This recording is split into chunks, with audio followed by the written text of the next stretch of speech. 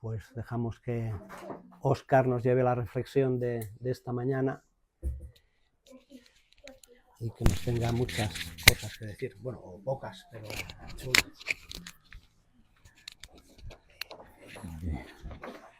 La escuela dominical.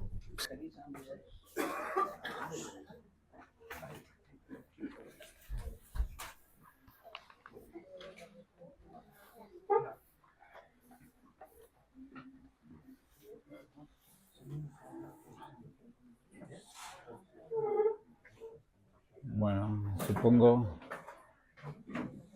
¿Me escuchan todos bien? ¿No? Sí, sí, que hay un montón de caras que veo por primera vez y también algunas que nos hemos visto tantas otras. Y como Alfred dijo, yo también estoy un poco emocionado, obviamente, de estar aquí. Son muchos recuerdos, pero para quienes no me conozcan me voy a presentar, porque creo que eso es importante, especialmente porque, bueno, como digo, hay muchas personas que por ahí veo por primera vez. Pero me llamo Óscar, como ya lo han dicho, pero en realidad no soy Óscar, soy Óscar. Porque soy argentino y de chiquito nunca me dijeron Óscar. Cuando decían Óscar yo pensaba de quién están hablando y del premio, porque en Argentina yo era Óscar, que allí es donde crecí. Pero bueno, como se imaginarán, no quedó ahí la historia, sino que no solo que mis padres tuvieron más hijos, somos una familia de 6 hermanos. Todos ellos viven o en Barcelona o cerca de Barcelona, y esa es una de las razones por las que trato de venir tanto como puedo. Aunque no somos solo hermanos, debo decir, porque la menor, que ya es dentista y tiene como 30 y algo de años ya, es una niña, Silvanita, que tiene un niño también ella, así que todos hemos crecido un poco.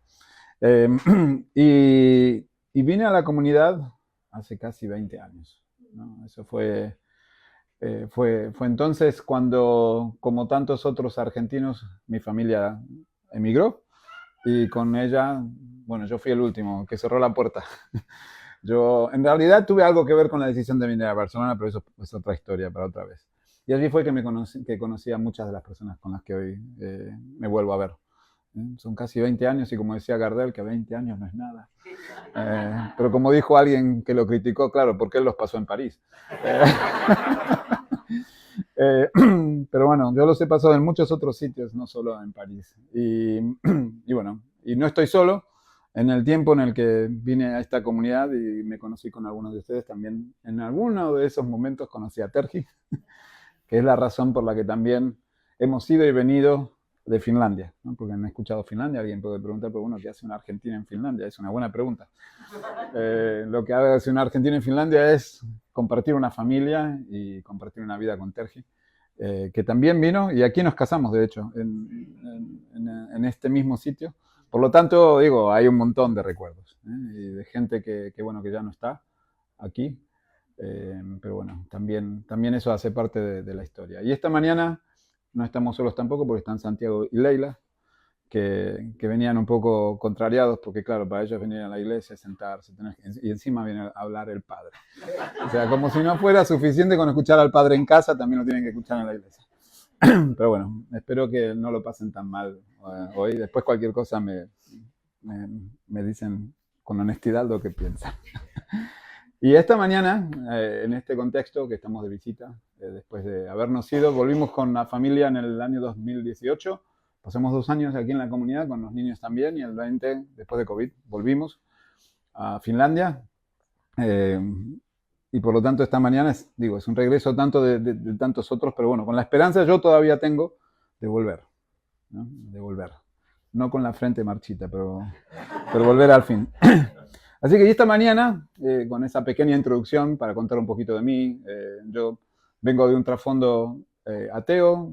Mi forma de revelarme en mi adolescencia fue volverme cristiano, de estudiar teología, de hacerme miembro de una comunidad menonita en Argentina. Después estudié filosofía también y terminé trabajando en informática con la inteligencia artificial, bueno, todas esas cosas que son muy raras. Hoy voy a centrarme en un tema que tiene que ver un poco con todas estas experiencias, especialmente ligadas a la idea de idioma. No sé cómo se compartió lo que yo mandé, porque me pidieron a ver si podía decir algo. Entonces yo titulé la meditación para ahora: amar, temer, partir, mucho más que aprender a conjugar. Y puse un subtítulo: los riesgos de no ser con otros. Y alguien preguntará, bueno, ¿y esto qué tiene que ver? Bueno, primero, por un lado, tiene que ver con mi experiencia constante de aprender otros idiomas. No solo el finlandés, que Dios sabe que lo estoy todavía aprendiendo, y dicen por ahí que el finlandés es la lengua del cielo. Sí, porque lleva la eternidad aprenderlo, claro, por eso. Pero bueno, más allá de eso, lo tengo que decir, no puedo. Mi experiencia de aprender el finlandés y las conjugaciones de ahí son mucho más complicadas y no me pregunten cuáles son los modelos, pero ahora voy a llegar a qué es lo que generó esa línea de pensamientos y cómo es que terminé hablando de los verbos modelos paradigmáticos, en este caso del castellano, que es muy interesante porque en el catalán son casi los mismos, pero la diferencia es sentir, ¿no? En lugar de partir. Ya vamos a llegar ahí. Lo interesante también es que, como todos sabemos, la lengua tiene un componente político. Y a mí me resultó interesante inmediatamente cuando empecé a pensar en esto, tratar de pensar de dónde vienen estos modelos. ¿Cómo es que estos verbos y no otros que también tienen la misma forma, al fin y al cabo son paradigmáticos porque hay muchos otros que copian esa forma de la conjugación, se eligieron? Y así fue como llegué a la primera gramática de la lengua castellana que apareció en el 1492, un año político si los hay, ¿no? Desde Granada hasta el descubrimiento de América. Los Lelutier, todos saben aquí que soy fanático de Lelutier, tenían una pequeña presentación donde aparecía un grupo cantando ¡Nos descubrieron! ¡Por fin nos descubrieron! En fin, lo interesante fue que el modelo de esa gramática para quienes querían aprender el castellano, y con la intención, y era clarísimo, lo pone y lo dice quien lo escribió, para acompañar al imperio, para hacer de todos los que iban a ser conquistados, y eso fue antes del descubrimiento. Algunos lo llamaron profeta, no sé qué tipo de profeta era, pero esa idea de, bueno, ahora vamos a enseñarles la lengua. Sin embargo, los verbos que había elegido eran amar, leer y oír. Bueno, algunos, yo intenté, bueno, ¿y ahora por qué? Pero ¿cómo es que nosotros terminamos con amar, temer y partir? Bueno, hay un montón de historias para contar ahí, pero lo interesante es que aparentemente el trasfondo humanista de Nebrija hizo que prefiriera estas palabras: el amor a Dios, la lectura de la ley y la fe que viene por el oír. Pero lo interesante es que, como digo, terminamos con otros modelos. Y aparentemente esto tiene que ver con que la Real Academia Española, claro, todos sabemos que la lengua es real, ¿no? Volvemos al tema de la lengua y la política, decide en el año 71 hacerlo más universal y dejar el humanismo de lado y hablar de algo con el que todo el mundo se puede identificar, no solo los que saben leer y escribir, que hoy por hoy parece un dado, pero que entonces no eran tantos, sino para todos, y así es como terminamos. Sin embargo, la pregunta sigue siendo, ¿pero por qué temer? ¿Y por qué partir? Aunque tengan que ver con los afectos y la decisión y no sé qué otras historias. Bueno, al fin y al cabo, tal vez nunca lo sepamos. Entonces, por eso hoy yo voy a proponer otras ideas relacionadas con el amar, con el temer y el partir, que no tienen tanto que ver con los motivos que fueron que llevaron a los autores de la gramática del 771 de la RAE a decidir que esos eran los tres verbos. Pero los vamos a ver a los tres. Y voy a invitarlos a que lean conmigo Primera de Juan, capítulo 4. Vamos a leer del 7 a 21. Voy a tratar, es un texto muy conocido. Lo voy a leer en la versión con la que yo crecí en la iglesia, la Reina Valera del 60. Lo siento para los más jóvenes. Dios no habla, si no es en la Reina Valera, no, es así. Al menos en castellano. Dice: amados, amémonos unos a otros, porque el amor es de Dios. Todo aquel que ama es nacido de Dios y conoce a Dios. El que no ama no ha conocido a Dios, porque Dios es amor. En esto se mostró el amor de Dios para nosotros, en que Dios envió a su Hijo unigénito al mundo para que vivamos por Él. Y en esto consiste el amor, no en que nosotros hayamos amado a Dios, sino en que Él nos amó a nosotros y envió a su Hijo en propiciación por nuestros pecados. Amados, si Dios nos ha amado así, debemos también nosotros amarnos unos a otros. Nadie ha visto jamás a Dios. Si nos amamos unos a otros, Dios permanece en nosotros y su amor se ha perfeccionado en nosotros. En esto conocemos que permanecemos en Él y Él en nosotros, en que nos ha dado su Espíritu. Y nosotros hemos visto y testificamos que el Padre ha enviado al Hijo, el Salvador del mundo.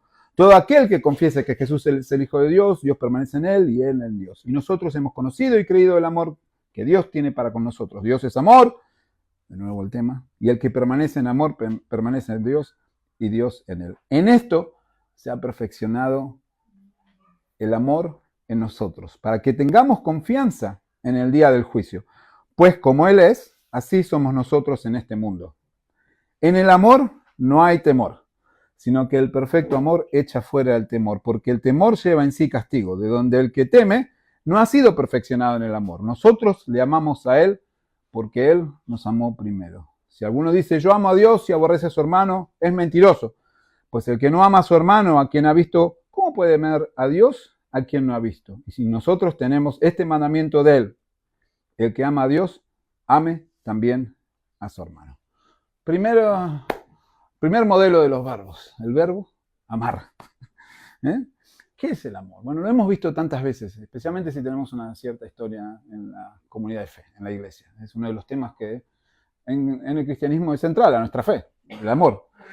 Pero ¿qué es el amor? Aquí aparece el amor tantas veces. Amados, el amor, el que permanece en Dios, que Dios es amor, y amar al hermano, amar al que vemos, etcétera, etcétera. Si alguien tuviera que decir, bueno, ¿qué es el amor? En el fondo, el amor cristiano, que por cierto, seguramente también hemos pasado por alguna de esas clases de escuela dominical en las que evaluamos o miramos los distintos tipos que utiliza el griego para hablar del amor, desde el eros, la filía y el agape, ¿no? Y el agape es la forma que aquí se utiliza para hablar del amor, ese amor que no está condicionado, se suele decir. Pero a mí me gusta pensar fundamentalmente en el amor como ese acto de Dios que nos ejemplifica el amor y que da. Esto está incluso en el texto antes. Nos dice que Dios nos demostró justamente su amor en que nos dio a su Hijo. Y eso es lo que siempre recordamos en aquella, puede ser el versículo más citado, al menos entre los evangélicos, seguro, en el Nuevo Testamento, en el hecho de que Dios muestra su amor para con nosotros, en que siendo aún pecadores, Dios murió por nosotros y que el amor de Dios se manifiesta justamente en el hecho de que nos dio a su Hijo, el don. Y creo que es eso, tal vez, si puedo decir, el foco de la idea del amor. El amor como don que da. ¿No? ¿Y qué es un don? ¿Qué es dar? Y aquí tal vez lo más interesante, y esto para hacernos pensar, y lo que quiero proponer para la idea del amor, es que el amor de Dios es el tipo de amor que rompe con la lógica del intercambio. ¿Cuál es la lógica del intercambio? Te doy, me das. Voy a comprar, necesito pagar, pero no solo pagando y comprando, damos y recibimos en la lógica económica en la que vivimos. También suele pasar incluso en las relaciones. Este es un avivado, siempre me está sacando más de lo que da, ¿no? Y entonces, ¿por qué debería ahora yo darle a él? ¿Y qué hacemos con las personas a las que tenemos que darles, que siempre parece que no nos devuelven? Y esto es interesante porque ya en el Sermón del Monte, en Mateo 5, Jesús nos dice, ¿oísteis que fue dicho? Amarás a tu prójimo y aborrecerás a tu enemigo, pero yo os digo, amad a vuestros enemigos, bendecid a los que os maldicen, haced bien a los que os aborrecen y orad por los que os ultrajan y os persiguen, para que seáis hijos de vuestro Padre que está en los cielos, que hace salir su sol sobre malos y buenos y hace llover sobre justos e injustos. Porque si amáis a los que os aman, ¿qué recompensa tendréis? ¿No hacen también lo mismo los publicanos? Y si saludáis a vuestros hermanos solamente, ¿qué hacéis de más? ¿No hacen también así los gentiles? Sed pues vosotros perfectos como vuestro Padre que está en los cielos es perfecto. ¿En qué consiste el amor? Justamente en que rompe la lógica del intercambio. Yo no saludo a los que me saludan. Yo no le doy a los que me dan. Yo no trato bien a los que me tratan bien. Acá se nos dice que tenemos que romper con eso. ¿Y en qué consiste entonces esto? En dar sin esperar. Esto es también relacionado con la oración que compartimos, ¿no? Esa noción incluso de perdonar. A mí me gusta esta frase que no fue dicha por un cristiano, pero que tiene un origen cristiano tan profundo. Solo vale perdonar lo imperdonable. Es lo único que vale la pena perdonar. Porque si perdonamos lo que es perdonable, estamos en la lógica del intercambio. Yo lo puedo perdonar porque hemos recibido algo a cambio. Por ejemplo, la persona nos ha dicho que lo siente mucho y ha hecho un tipo de reparación. Entonces ahora lo puedo perdonar. Pero, ¿cómo es? Si puedo solo perdonar cuando hay intercambio, ¿estoy realmente dando? En esta lógica del dar, del amor como dar. Pero el amor no es solo un dar, sino es un deber de dar. Y eso también es para mí fundamental en la noción de dar, del deber de dar. Esto es algo que otro autor que suelo citar mucho, aquí quienes me conocen saben que voy a hablar de Kierkegaard. Faltaba Kierkegaard, mi amigo Kierkegaard. Llegó a horario, espero estar todavía en horario, que justamente cuando hablaba del amor no justamente como un sentimiento. Si el amor fuera un sentimiento, ¿cómo podría transformarse en un deber? ¿Cómo podría llegar a ser una obligación? Y obviamente eso quiere decir que no puede ser un sentimiento, ni tampoco una predisposición particular, sino es, en tanto que deber es también una acción. Y ahí recordé el famoso texto de Pablo a los Romanos en el capítulo 13, allí en el versículo 8 al 10 dice, no debáis a nadie nada, sino el amaros unos a otros, porque el que ama al prójimo ha cumplido la ley. Porque no adulterarás, no matarás, no hurtarás, no dirás falso testimonio, no codiciarás, y cualquier otro mandamiento en esta sentencia se resume a amarás a tu prójimo como a ti mismo. El amor no hace mal al prójimo, así que el cumplimiento de la ley es el amor. La ley y el amor tienen en común que la acción justamente que justifica o que me sale la palabra en inglés, fulfill. No es fulfill. Que cumple en el sentido de rellena, que hace, que culmina, que perfecciona, todos estos verbos a la ley y al amor es la misma. La diferencia tiene que ver con la intencionalidad con la que eso se hace y con lo externo, ¿no? Esto me lleva a otra cosa, pero no me voy a ir por esa rama. Pero el amor entonces es un deber, ya lo habíamos visto, justamente se nos decía en el texto que leímos de Juan, que por eso nosotros también debíamos amar. El amor como deber de dar. Y por lo tanto, esto me lleva no ya al amor personal o al amor del individuo, sino a lo que es fundamento de la comunidad y la comunidad cristiana. Hay toda una serie de ideas que relacionan la comunidad con lo que tenemos en común, ¿no? De ahí viene, ¿no? La idea de koinonía, de la que viene también la noción latina de comunitas, y de la que se deriva la idea de comunidad. De hecho, el nombre oficial ahora es Galilea. ¿Dónde está? Aquí es, Iglesia Evangélica Menonita, ¿no? O de tradición menonita. Pero en una época el nombre que teníamos era Comunidad Menonita, ¿no? No recuerdo ahora si estaba en los estatutos, yo me peleé mucho con... Sí, era verdad. La idea de comunidad, hasta en el nombre que teníamos estaba, pero sigue estando seguramente, si no en el nombre, por lo menos en el espíritu. ¿Qué es la comunidad?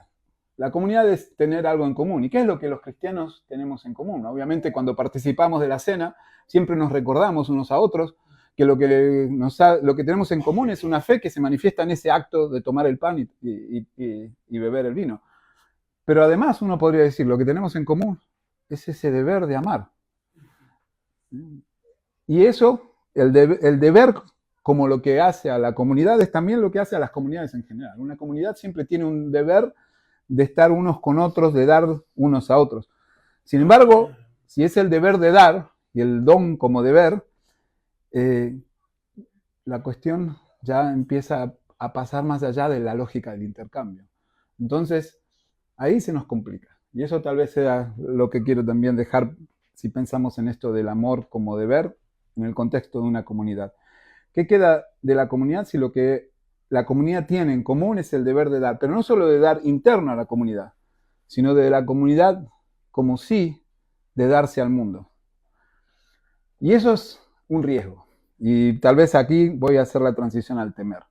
Es el riesgo de perderse en ese dar. ¿Cómo han reaccionado las comunidades, por ejemplo, de tradición anabautista a lo largo de la historia en relación con el ser comunidad y el dar? Algunas se han cerrado. Tenemos los ejemplos más paradigmáticos, tal vez con los Amish, ¿no? que son también una comunidad de origen menonita, pero una comunidad cerrada sobre sí misma, que en virtud de un deber de dar, entendido como un deber de darse de unos a otros dentro de una comunidad, establece unos límites claros con lo que no es comunidad.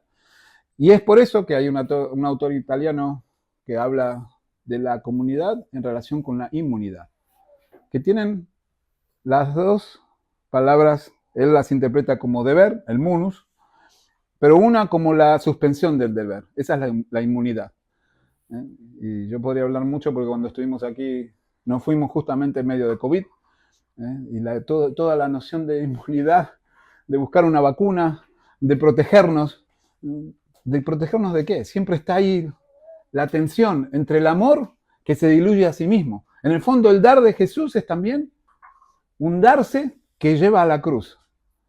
Y Alfred nos leía el texto. Estaba ahí, estaba en juego el pellejo, y sin embargo no utilizó un poder posible para salirse de los potenciales efectos de ese acto. Y es eso, tal vez, lo que nos pone siempre en cuestión como individuos y como comunidades. Ese movimiento de dar, en lo que sería el don mismo de darse uno, y en ese darse perderse. Y por lo tanto, esa tensión constante entre el ego, el ego también de la comunidad, y la posibilidad de seguir siendo, versus la posibilidad de dejar de ser. Y de ahí el temor. El temor, que es interesante porque la palabra que utiliza el texto es la que sabemos y utilizamos nosotros incluso para hablar de muchas cosas, es fobia. Cuando habla de phobos, fobia, miedo, ¿no? Las fobias que tenemos. Y vivimos en una época de fobias al diferente, de fobias al otro. Tenemos un montón, de fobias al futuro, de fobias a lo que va a pasar. Yo creo que como todos me levanto muchas veces pensando, ¿y ahora qué va a pasar hoy? ¿Qué noticia triste vamos a escuchar? Y es ese temor que nos mueve a querer inmunizarnos, a cerrarnos en nosotros mismos. El temor de nuestros contemporáneos es el temor a ser heridos, a sentirse mal. Nuestros contemporáneos y muchos de nosotros tenemos temor a incluso hablar de la muerte. Nos pone incómodos. Y cuánto más si hablamos de sacrificios, de perder lo que tenemos, de incluso perder la potencial comunidad. ¿Cuántos de nosotros hemos en algún momento sufrido la idea de que por ahí la comunidad deja de ser? Y por lo tanto, vivimos en esa tensión entre la comunidad como deber de dar y por otro lado en ese darse, potencialmente perderse y dejar de ser. Y entonces muchas veces hacemos lo contrario, nos cerramos, nos queremos inmunizar. Parte de esta inmunización ya la he vivido mucho en Finlandia, pero también la he sufrido personalmente. No voy a decir que soy la persona más valerosa del mundo. Soy un cobarde muchas veces, no me gusta sufrir. Y muchas de las veces, por ejemplo, en Finlandia, incluso hasta hoy, no he encontrado una comunidad. Tal vez no he buscado suficiente. Tal vez me ha costado y tal vez no he sido suficientemente valiente para abrirme a la posibilidad de que me rechacen, a la posibilidad de que me hagan sentir mal. Pero no sé, tal vez podríamos preguntarnos cada uno de nosotros, ¿a qué nos estamos cerrando por ese miedo? ¿En qué nos está costando dar?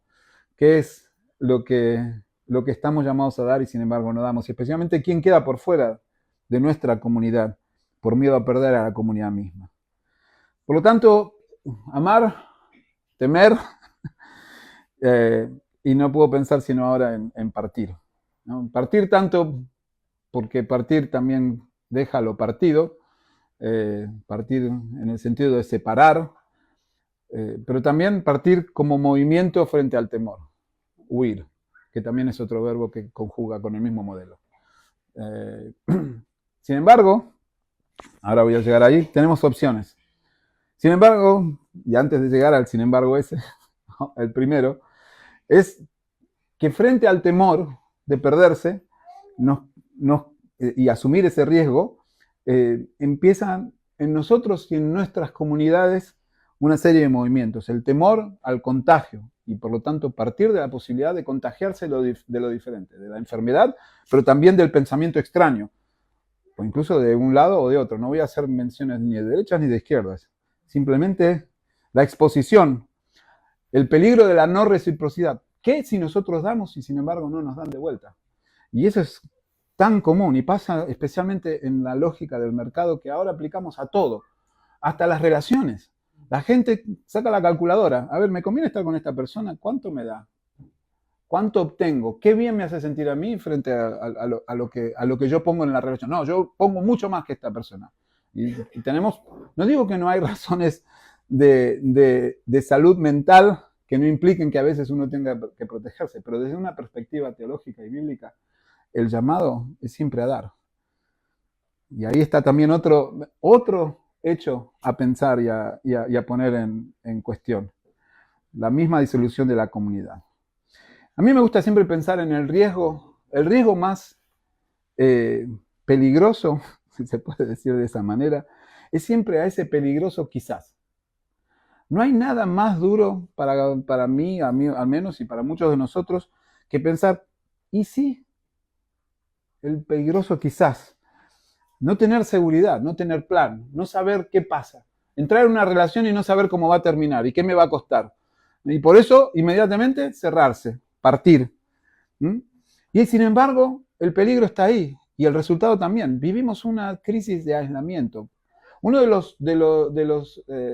las cosas que yo he visto también en Finlandia y pasa también aquí es el incremento de la soledad de un montón de personas que cada vez se sienten más y más desconectadas de los demás. ¿Por qué? Porque es arriesgado darse. Bueno, mejor es estar aislado, sentir el vacío y perder cualquier sentido de comunidad. Creo que ahora lo estamos descubriendo, nos estamos dando cuenta que tal vez no sea la mejor manera de cubrir la posibilidad del sufrimiento, cerrarnos, aislarnos. Y por lo tanto, con el partir, en algún momento todos tenemos que enfrentarnos a la posibilidad y decidir. Como cantaba aquella canción, que estoy viejo, should I stay or should I go? Chun, chun, chun, chun, chun, chun, chun, chun. ¿No? ¿Me debo quedar o me debo ir? ¿Partir? ¿Huir? ¿O vamos a conjugar con lo que parece ser ahora más común? Vivir. Vivir con. Leímos, el amor echa fuera el temor. Y no solo el temor del juicio, sino el temor de abrirse, el temor de dar, el temor de estar tan preocupados con nosotros mismos que no somos capaces de pensar en dar.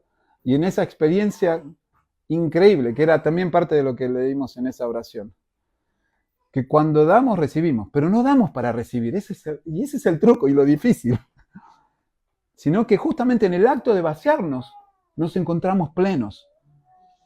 Y es eso, ni siquiera entra en el lenguaje, hasta nuestro lenguaje tiene problemas, en abrazar ese pensamiento en tensión, que implica que cuando damos y nos perdemos, ahí nos encontramos de manera paradójica. Por lo tanto, el lenguaje nunca es neutro, lo sabemos muy bien. El lenguaje es además una práctica y por lo tanto no implica solo aprender a conjugar de memoria, sino especialmente aprender a actuar en esos verbos, en el amor, en el medio del temor, pero también en el medio de vivir. Y asumir el riesgo, el peligroso quizás, la falta de garantías. La fe no nos da garantías, lo sabemos muy bien. De hecho, la idea de fe es fe justamente en virtud de no tener certezas. La fe es una forma de la certeza, pero no es certeza, del mismo modo que yo sé que, por ejemplo, hoy alguien me dijo, hoy va a salir el sol, ¿no? Porque después de ayer yo lo tenía complicado creer que hoy íbamos a tener sol. Es la posibilidad de que las cosas pasen, el acto de abrirnos para que Dios haga posible el don, el acto de dar. Y por lo tanto, estamos ahora invitados todos a recordar esto. Amar, temer, sí, pero no partir. Vivir con nosotros y abrirnos a esa posibilidad de estar siempre en tensión y sin embargo recordando que el mismo Dios que nos amó por ese mismo hecho nos demostró el acto de dar. Si pensamos en el hecho de ser, somos porque Dios dio. Y constantemente, cada día que somos, es porque Dios constantemente está haciendo y regenerando el don, el dar la vida, el dar que da. de alguna manera, y yo no soy poeta y me gustaría hacerlo, pero probablemente podamos encontrar alguna poesía con la que terminar, no tuve tiempo para eso. Y lo podemos dejar como deber, aunque la oración de San Francisco es fabulosa para eso también. Y con esto, bueno, abro, no sé si todavía seguimos con la costumbre de abrir. Ah, vale, vale, perfecto, muy bien. Y entonces... Pues mira, tengo aquí y aprovechamos para desconectar con la canción. Y entonces, esta también